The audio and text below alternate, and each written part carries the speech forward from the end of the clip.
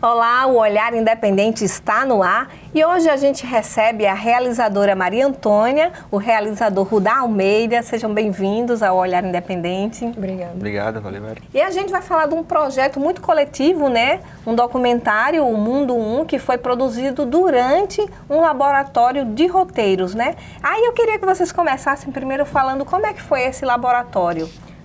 O laboratório, foram selecionados 16 bolsistas, né, daqui de Natal, moradores e natalenses, né, daqui, para desenvolver o próprio roteiro, né, de projetos de filmes que a gente tinha.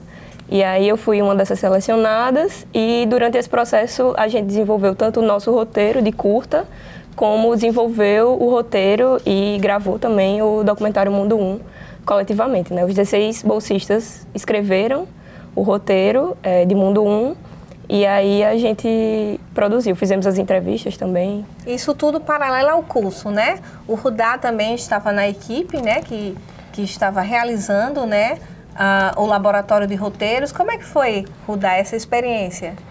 Foi muito legal.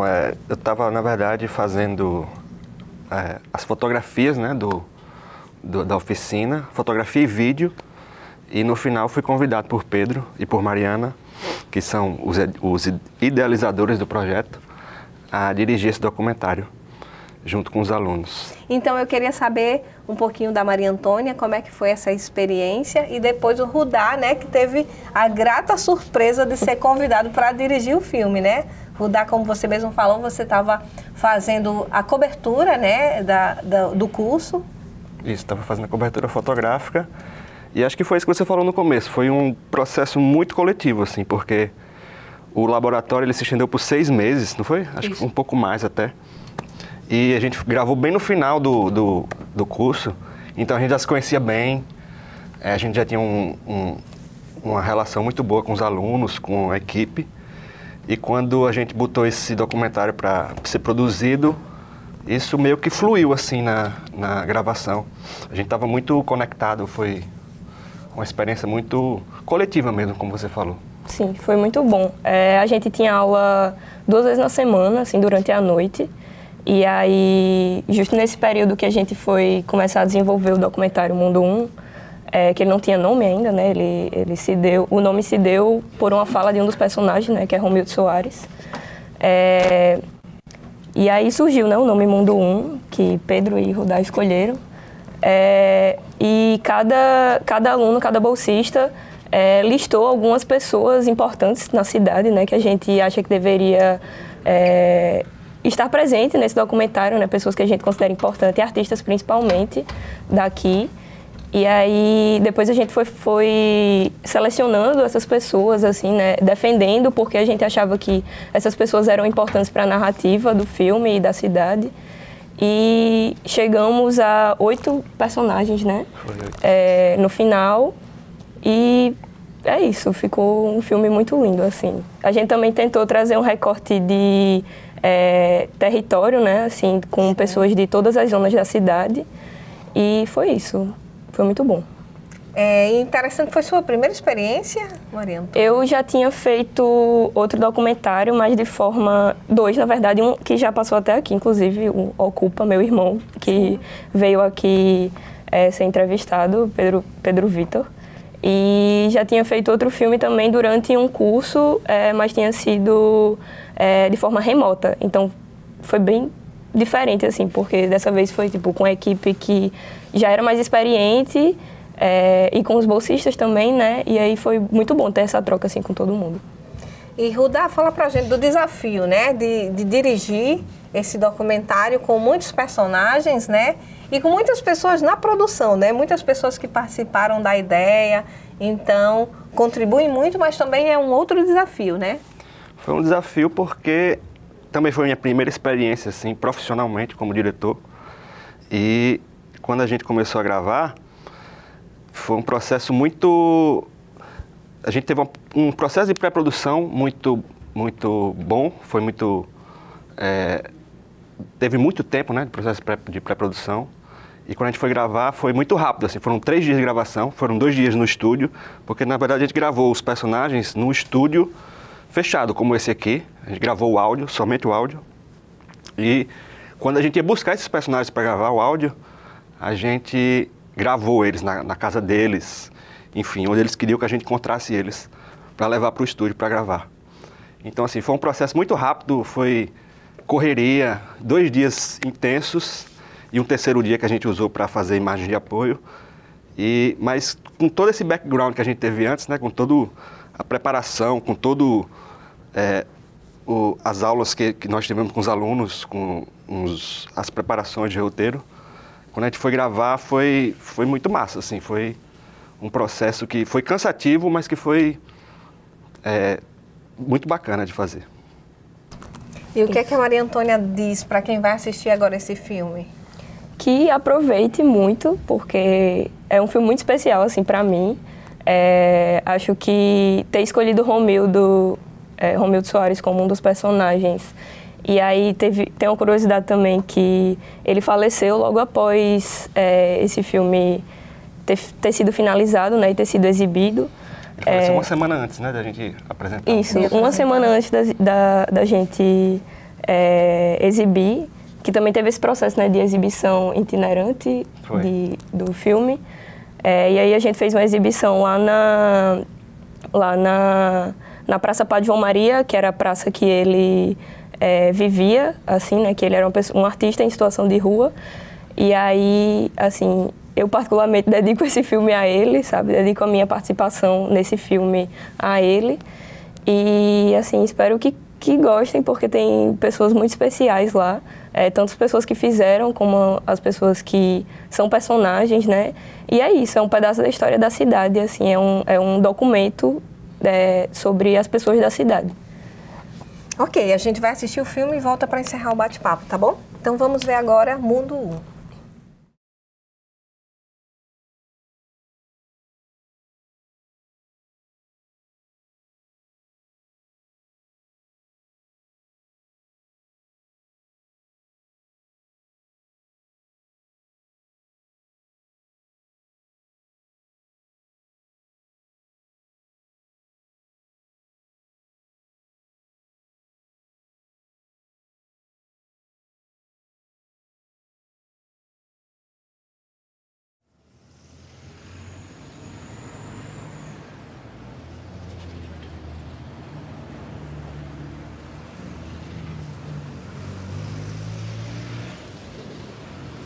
Eu vim pra cá com 17 anos. Eu vim porque eu vim da fugida, que eu namorava com um rapaz que trabalhava aqui. E aí ele queria casar comigo, mas meu povo não queria, né? Aí a irmã dele foi lá, aí me trouxe. Aqui eu casei com ele. Tive 11 filhos. Aliás, foi 10 barrigas, foi 11 filhos. Que as últimas foram gêmeos. Eu trabalhava, eu era feirante, trabalhava todas as feiras, Goianinha, São José, a Roca, a Esperança, todas essas feiras eu fazia. Aí eu negociava com o negócio de carne, essas coisas, sabe? Aí toda semana eu tinha essas 4 viagens para mim fazer. A gente, quando vinha da feira de São José, a gente vinha pela Lagoa do Bonfim, tomava banho lá. Que a pessoa é acostumada a viver andando para a feira, conversa com um, conversa com outro, tem muito amigo, né? Aí viver só dentro de casa é uma prisão. Mas força e coragem de trabalhar eu tenho. Mas não posso ficar da vista, que está muito fraca. Hoje eu sou morador de rua. A situação ficou complicada. Para mim, o mundo 1, que é esse mundo normal que a gente habita, nós, seres normais, não estava muito tedioso. Eu não tinha mais subsídios para trabalhar as minhas canções, os meus livros, os meus discos, enfim. Aí eu falei, eu preciso de algo diferente. O quê? Já sei. Vou buscar o submundo para procurar entender um pouco dessa questão do abandono com os vulneráveis, com o pessoal de rua. E me juntei. No lockdown total, quando eu fugi de casa, que deixei tudo para trás, eu cheguei no centro da cidade, parecia que sabe, que tinha acontecido uma hecatombe, tinham dizimado as pessoas, não havia ninguém, era um silêncio absurdo. À noite, então, nossa, um domingo para segunda, que é a madrugada mais silenciosa da noite no centro da cidade. Então, assim, havia um silêncio. Aí eu comecei a ouvir um barulho estranho. Parava. Era o vento empurrando um copo descartável no meio do asfalto. E fazia parecia assim, tipo, era uma coisa assim. Aí parava. Falei, mas que danado que vem aí. Aí parava. Falei, porra, é essa? Aí depois eu vi que era o vento empurrando um copo descartável. O silêncio era absurdo. E eu ouvia aquilo no fundo. E era cinema aquilo ali pra mim. Aquilo era cinema. Meu nome é Fome, meu sobrenome é um bife a cavalo muito bem acebolado. E se tiver só ovo frito, eu como. E se você também puder me dar um suco de maracujá, eu tomo, me acalmo, me calo, não respondo por quê. Eu sou poeta, ensaísta, professor, opero computador, de noite sou lobisomem. Já fui surfista, manobrista, ilusionista, fui até figurinista num filme do Godard. E se você não me der o que comer, eu vou logo lhe dizer que eu me como, eu me como. Esse é o meu trabalho principal, né? Assim, criar a cá, né? Que faço... Ele vai para costura de roupa de terreiro, vai para bolsa, né? Eu faço figurino de teatro, trabalho com figurino também audiovisual, né? Tipo a parte de arte. Então, meio que o ateliê, ele envolve tecidos e roupas e afins, né? Esse processo. Aí tem também a Indigente, que é uma figura performativa que é como eu me mostro de vez em quando, né? Então, que não trabalho, mas me dá trabalho para fazer, assim, né? Eu não sofria muito racismo, esse racismo mais explícito pela minha cor quando eu era pequeno, né? Eu sofria, tipo, os amigos morrendo, tipo, polícia, ficar sempre de olho, segurança ficar seguindo. Esse racismo mais estrutural do que o racismo diretamente a mim, né? Então, quando a pessoa cresceu, eu comecei a sofrer esse racismo mais... cabelo de bucha, tipo... Uma vez no trabalho, disseram que ia me virar a cabeça para baixo e varrer o chão no meu cabelo. Porque eu gritava, eu falava, e eu chorava de crise de choro no meio da rua. Então foi um rolê assim, muito assim, deu muita dor. Mas até eu entender o meu processo de ação, demorou um pouquinho, mas depois que eu entendi, aí eu tentar mudar nos próximos, né? Tentando ir mudando e fazendo o pessoal. Trocando ideia, né? Nesse processo, que não é só o meu, né? Eu entendi que minha forma de agir era outra. Era um pé do ouvido, tá ligado?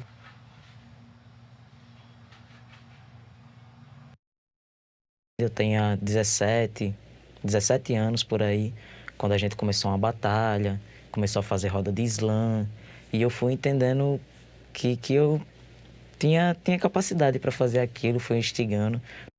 E o gatilho, assim, para realmente fazer, realmente saber que eu tenho capacidade e talento para isso, foi quando eu conheci o 3 Ponto Norte. Que a gente, vamos direcionar nossas músicas para algum lugar. E a gente direcionou a luta dos povos negros.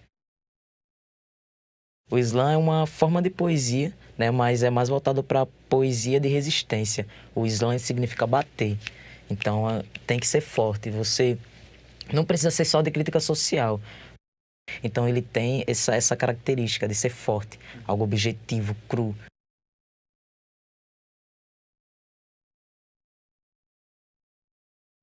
E se as escolas ensinassem como desviar de tiros? Na história do opressor não existe oprimido. A humanidade moderna matou o seu ancestral. Não é coincidência que nossos gostos, nossos rostos, até nossos sonhos são parecidos. Desde cedo nos obrigam a se encaixar em um modelo branco ocidental. Caso contrário, o sistema te esquece até que você não exista. A bala tá cantando, não tá espantando os males. Não fomos nós que começamos essa carnificina, mas a gente mata e morre todo dia em nome da sua falsa verdade.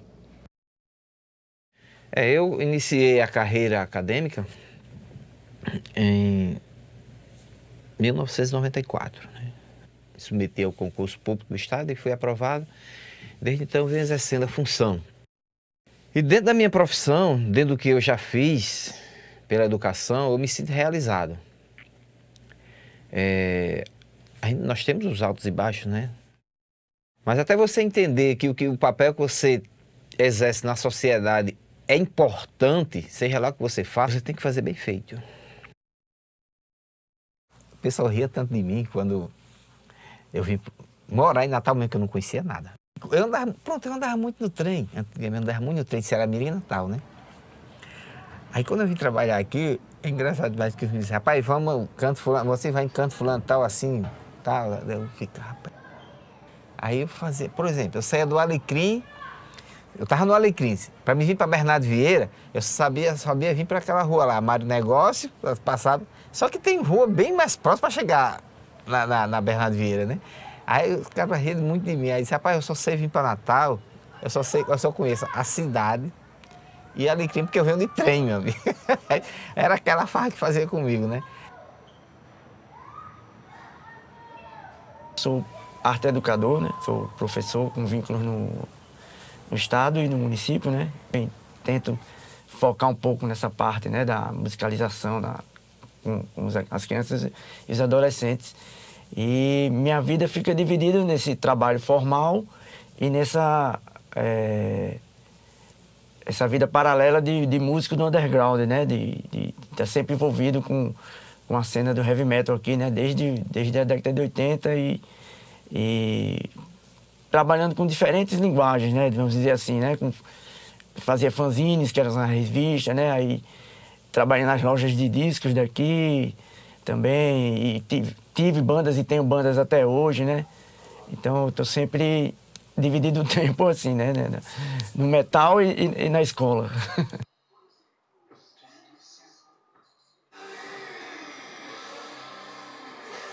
Então, essa questão de estar na periferia por tanto tempo, né? Já dar aula para gerações, eu dei aula para o pai, para o filho, né? Me puxou, me ancorou, né? E me fez reforçar esse meu lado político, né? De que eu vejo que tá, o reflexo da política, eu vejo lá, né? Acontecendo. E aí, como eu tenho esse lado, né, dessa postura política, que eu levo para as letras de algumas bandas, é uma fonte interminável, é o tapa na cara quando eu quero, caso aconteça, de eu me desligar da realidade, né? Como Carl Sagan dizia que as religiões desconectam você da realidade. E eu levo isso para lá, tipo, fazendo um paralelo, né? Eu quero estar sempre conectado com a realidade, eu não quero desconectar da realidade, eu quero saber o que está acontecendo.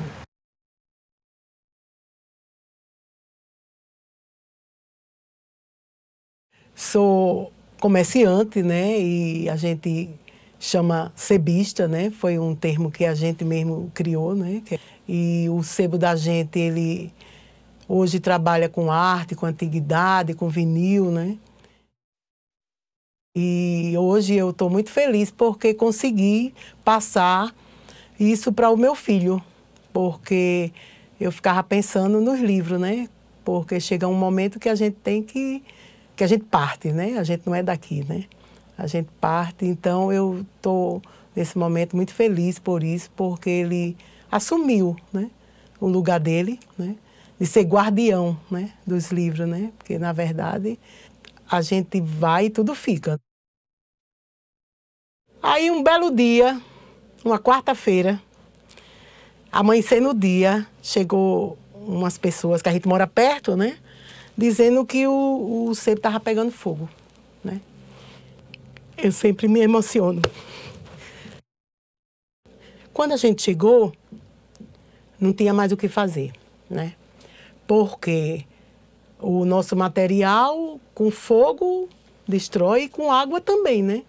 Então, quando os bombeiros chegaram e começou, né, a botar água e a gente ficou olhando. Você vê que é impotente, né, para muitas coisas. Acho que quase tudo.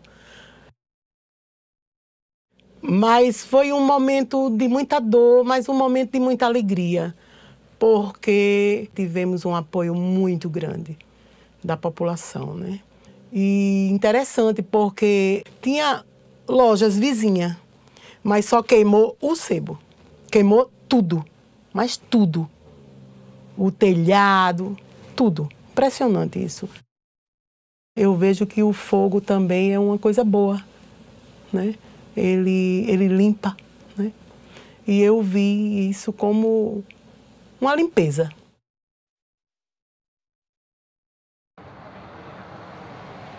Sempre sonhava conhecer Natal. Não conhecia. Aí eu disse, esse menino não tem, um cara com 15 anos, é criança, né? Lá vai, aquela dificuldade toda, aquele tudo, era difícil, né? Nós éramos os mais pobres da cidade. Cheguei nos anos 70, foi num tempo de festa, sem roupa. E, de aspas, tem uma roupinha pouca, né? Um sapato, uma chinela, e pronto, uma roupinha, duas roupinhas, duas camisas. Cheguei lá, fui pro albergue, o albergue me auxiliou para dormida. Cama, sopa, tudo. E... Aí de manhãzinha eu olhei assim, que cidade é essa? Eu olhei onde é que eu estou, meu Deus. Do segredo recôndito meu verso vem surgindo, do meu encéfalo misterioso ele vem se evoluindo, vem do meu raciocínio altamente elevado, vem do esconderijo secreto onde homem algum, que nem com microscópio eletrônico há de encontrar um microscopicamente procurando com cuidado. Vem da fagulha, vem da rutilância, vem do meteoro sideral, vem da distância, vem da fronteira cósmica, vem da do além, vem da incógnita inexplicável e misteriosa, vem da molécula, vem da célula nervosa, o verso misterioso que a minha matéria tem. Meu nome é Manuel dos Santos e Silva. Alguém me chama Manuel da Passarela, eu chamo Boeda da Passarela, né? Eu tenho um apelido que o pessoal me colocaram quando eu era pequeno, que me chamam de Moa. Mas geralmente o pessoal me chama de Moacir. Meu nome é André Lima da Silva e meu nome artístico é Amenhori. Eu digo que eu tenho vários nomes, né? Então tem o Judson Bezerra de Andrade, filho de Luzia, né? Tipo, é Bom de Xumaré, né? Filho de Mãe Ruth de Nanã. Indigente, né, filha da rua, Itacará, né, filho da dor. Então, tipo, eu tenho vários nomes que podem me chamar de qualquer um que eu respondo, eu olho. Eu me chamo Romildo Soares de Souza, certo? Meu Souza é com S. Meu nome completo é Cláudio José Alencar Nascimento. Eu tenho uma alcunha no meio artístico, né, de Cláudio Slayer. A maioria chama de Vera, mas eu gosto mais do meu nome mesmo, né? Verônica. Deonila Bezerra de Moraes, Dior.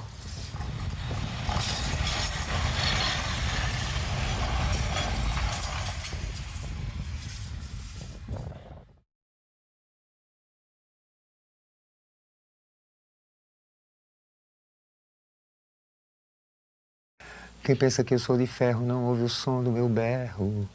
Irrita-se quando eu erro, emperro ou fico calado. Meus nervos não são de aço, não sou o rei do cangaço. Mantenho firme meu passo para não cair nesse fosso. Se vou movido a desejo, mordo um pedaço do queijo. Se estou além do cansaço, quero um abraço com um beijo. Não sou vilão nem seria, e minha pele eu daria pra fazer seu tamborim. E olha, eu confesso, não que seja claustrofóbico, senão eu não estaria aqui agora nesse momento tranquilo como eu estou, mas eu não gosto de paredes.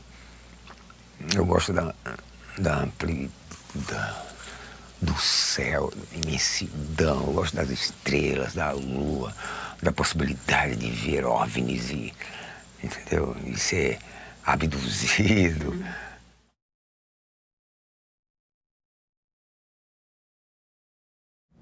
E esse foi o documentário Mundo 1, né? A Maria Antônia Rudá Almeida. O que é que vocês me dizem após a exibição desse filme, que foi tão emocionante, né? Ainda mais com essa homenagem que vocês fizeram a Romildo, né? Pouco antes do filme ser ser estreado, teve a partida dele, né? Como é que foi isso para vocês? Foi muito... foi bem pesado, assim, mas também foi muito aliviante saber que a gente conseguiu documentar ele ainda vivo, sabe? Foi muito importante pra gente isso. E, assim, é um filme que eu espero que rode bastante, assim, para que as pessoas conheçam as realidades, né, dessas histórias, né? Conheçam essas narrativas, assim, que são narrativas que se aproximam muito da gente, né? Tipo, a gente escolheu essas pessoas porque a gente se identifica nelas. Sim. E eu espero que as pessoas que assistam, que tenham assistido, né, se identifiquem também com essas pessoas e com a cidade. Muito massa. E aí, Rudá? Provavelmente foi o último registro, né, de Romildo vivo. Então isso aí foi uma coisa que pesou bastante mesmo no final, assim, pra gente. Foi bem emocionante. E outra coisa que só para encerrar, assim, para falar, que a gente esqueceu de falar, é que no final, quando a gente exibiu o Mundo 1, a gente exibiu em várias comunidades, né? A gente exibiu na Vila de Ponta Negra, a gente exibiu na Cidade Alta, a gente exibiu em Mãe Luísa. E na Cidade da Esperança. E na Cidade da Esperança. A gente teve esse processo também de exibir esse curta para as regiões dos personagens e para a comunidade de forma totalmente gratuita. Então, foi um encerramento muito legal também nesse projeto. Com certeza, é um retorno, né, para as pessoas. É o retorno para a comunidade, né? Pois é, muito bacana. Parabéns, viu? Obrigada. Fico muito feliz com a participação de vocês aqui. Parabéns pela produção do filme, pelo projeto, né? E sucesso aí nas próximas produções. Sim, com certeza. Valeu. E o Olhar Independente de hoje fica por aqui, mas eu te encontro na próxima semana com mais produção audiovisual. Tchau, tchau.